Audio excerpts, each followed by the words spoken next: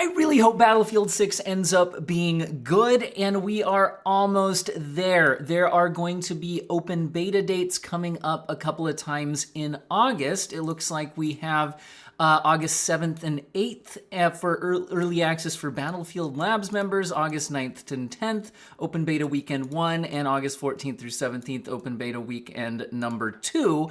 And I am planning on spending some of that time benchmarking different systems in this game, and we finally have something to go off of as far as PC system requirements as well. So let's take a look. Now, there's a few interesting things just in general about the systems requirements chart, by the way, which is this is like the first time I've ever seen a systems requirement chart do something other than 30 FPS or 60 FPS. They do actually mention an 80 FPS plus mode, which is really cool because for competitive games, that's a big deal. A lot of times people aren't just shooting for 60 FPS, you actually want more than that. So they're saying that the same settings that'll get you 1440p 60 at high settings could instead get you 1080p 80 FPS plus at low settings. Now, one thing, I know everybody's going to want to instantly jump to the GPUs, but one thing I noticed when testing out the previous Battlefield game was that older CPUs could kind of get crushed. And I think that might also explain something that seems a bit off about these GPU recommendations for 30 FPS.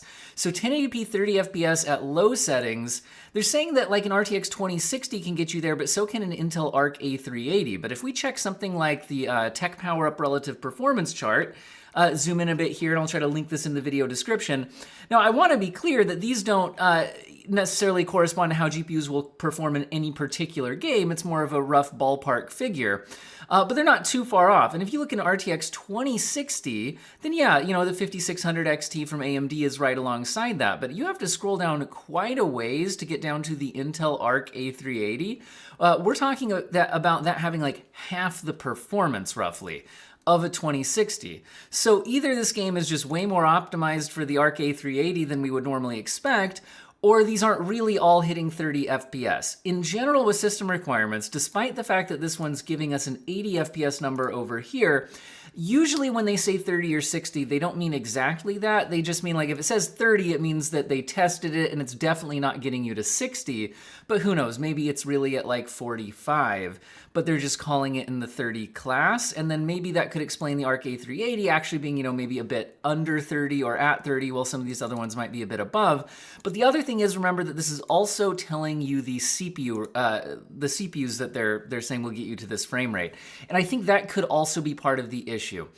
Because again, in the previous Battlefield game, older CPUs, stuff along the lines of a Core i5-8600. I even tested out like a i5-9600, which was, in a similar ballpark, maybe slightly faster than the i5-8400, and it could oftentimes bottleneck below 60 FPS. So that's something to keep in mind. Now, obviously, there could be different optimizations on the CPU, but I think you should definitely pay attention to the CPU requirements for a game like Battlefield. Lots of players, and as I was watching the gameplay clips and things, although they say some of this could be cinematic, you know, there is lots of destructibility in the environments, things like that. So there's definitely the kinds of things that can certainly give you a lot of CPU issues, more so than in a lot of other games. So in a lot of games, system requirements, I know people just zero in on those GPU requirements and they're like, oh, I've got that, I'm good. Do think about the CPU. Now they're saying that an i5-8400 or Ryzen 5 2600 could get you at least 30 FPS in the game at low settings. Generally, resolution doesn't have a lot to do with the CPU. Usually it's more about the maybe the graphic settings, but usually just the overall frame rate. And then to move up to at least 60 FPS, it looks like you would want a 10700 from Intel or Ryzen 7 3700X, which is giving you another generation of performance, but also more cores. Let's dive into that a little bit deeper here just to make sure we see this. So like the 30 FPS CPUs, and again, it doesn't mean they're locked to 30, but it might mean that they would struggle to lock to 60, which is why they're not listed for 60 FPS. Intel Core i5-8400, this is a 6-core, 6-thread CPU coming from back in October of 2017. So if you're in kind of that era of 6-core CPU, then you might be struggling to get to 60 FPS in this game. And again, based on the previous Battlefield, I would expect that to actually be the case. The AMD CPU they listed here was also a 6-core, although this one could go up to 12 threads. with the Ryzen 5 2600. And this is a CPU that came out around 2018. So again, if you're in that kind of 2017, 2018 6-core CPU kind of era, there's a good chance you could struggle getting to 60 FPS in the more demanding, physics type areas, lots of players, things like that.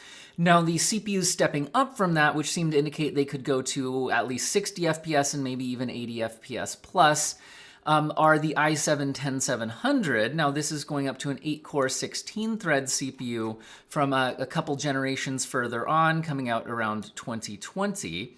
And the Ryzen 7 3700X from AMD, again, more cores and threads here, 8-core, 16-thread.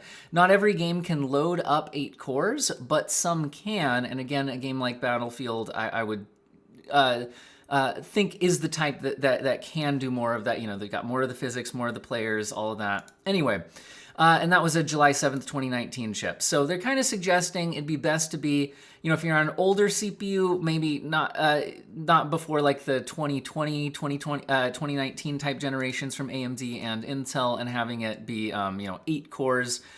Could be of benefit. Now, if you're on a newer 6-core CPU, that should still have more performance than an older 8-core CPU. So it's not just about the cores, but in a game that can use more than six threads, which I would expect this to be, then that can matter more than in some other games. Now, let's go ahead and jump into the thoughts on the GPU stuff. Which is, they're very clear that you will need at least 6 gigabytes of video memory. So while they're listing specific GPUs, they're also separately listing you must have at least 6 gigabytes of VRAM, even for low settings at 1080p. For even higher settings, like high settings at 1440p, though, they are stating that 8 gigabytes should be okay. Although they're not saying what you would need for like maximum settings or anything like that. But this being a competitive game, I would imagine a lot of people will keep the settings dialed down a bit for performance reasons. Now, again, also, 16 gigabytes of memory, all that. But what are the actual GPUs that we're looking at here? So a 2060 5600 XT and Arc A380. Like I said, that Arc A380 feels out of place at about half the performance of the AMD and Intel GPUs being listed. So that might actually be good news, because if you have a GPU maybe on this performance level, but that has 6 gigabytes of VRAM. Some of these older cards, if we kind of scroll through this list, these, like a GTX 970, that does not have 6 gigabytes of VRAM, even though it does have potentially more performance than an Arc A380 in some games. So that's something to keep in mind. Now, a GTX 1066 gigabyte, interestingly, can be faster than an Arc A380, and has 6 gigabytes of VRAM. So that might be an interesting one for maybe me to benchmark when we get to the open beta, if I have time, something like that. 1660 Super, I'm pretty sure they were 6 gigabyte cards. I guess I could just open up here and double check. Yeah, that is a 6 gigabyte card.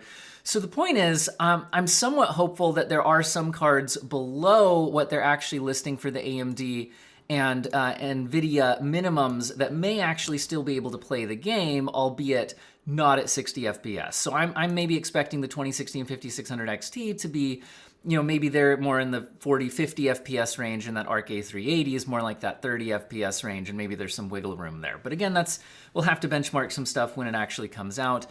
Jumping up to the recommended specs, we're seeing an RTX 3060 Ti, Radeon RX 6700 XT, and Intel Arc B580.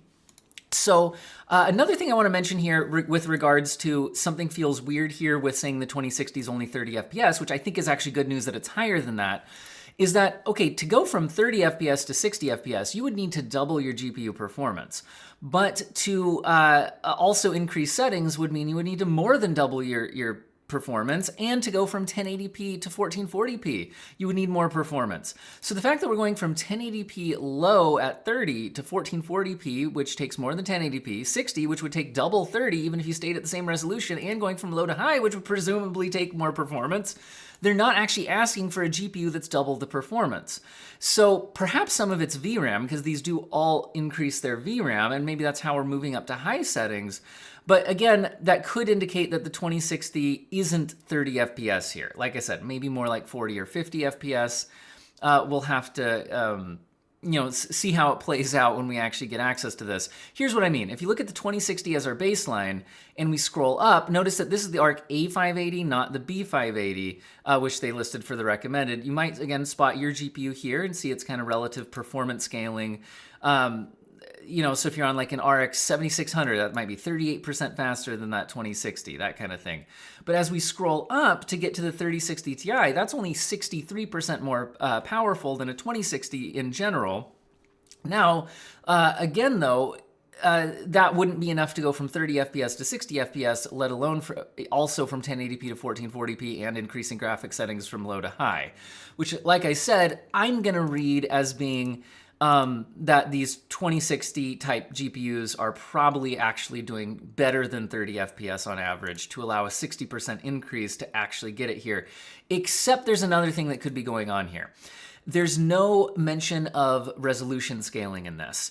So it's possible that moving up to 1440p is also moving up to more aggressive upscaling. And that could be another explanation of what's going on here. If you're going from no upscaling or quality upscaling at 1080p to, balanced level upscaling at 1440p, again, that could be another explanation of what's happening here. So there's no direct mention of upscaling in the systems requirements chart, but there have been other games coming out that actually were talking about using upscaling because they were talking about the graphics presets in the game, and the graphic preset in the game does use upscaling like DLSS, FSR, XeSS, etc., without actually telling you that on the system requirements sheet. So that's just another thing to keep your eye out for. The only thing that also jumped out at me here as being a little bit unusual is they are saying that TPM 2.0 must be enabled and UEFI secure boot must be enabled. This is the first time I've ever seen that listed on a systems requirements chart, which is interesting. So that might be one thing that you'd want to double check in your BIOS settings to make sure you're ready to go for the game. I'm honestly not super familiar with why that might be being required. I'm just speculating. Would it have something to do with how they're doing anti-cheat or something? I really don't know. Like, honestly, let me know in the comments if you can think of why a game would specifically require UEFI secure boot to be enabled. But I'm just noting that that's the first time I've seen that in a system requirements sheet and finding it interesting. All right, that's what we know about Battlefield 6 PC requirements so far. Like I said, there's some indication it may be good news that these are above 30 FPS, but by how much, I don't know. And again, is there any mystery upscaling going on in these requirements without stating it clearly? I guess we'll find out when we load up the open beta. And like I said, we've got some open beta dates coming up here, and I'm sure at least at some of those I can put out some videos trying out some older hardware, especially to see how it does in Battlefield 6. Let me know what you guys think in the comments section, and I hope all of you have an excellent day.